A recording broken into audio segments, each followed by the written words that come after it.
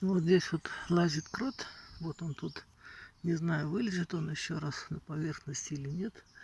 В общем, самое главное, что он тут собирает насекомых.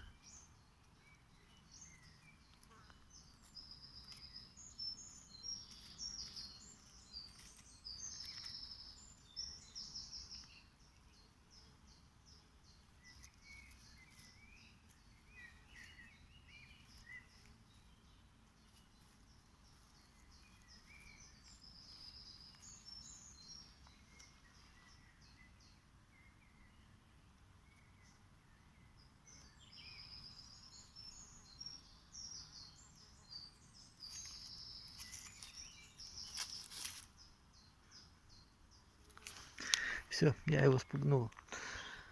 Ну ладно, бог с ним, конец.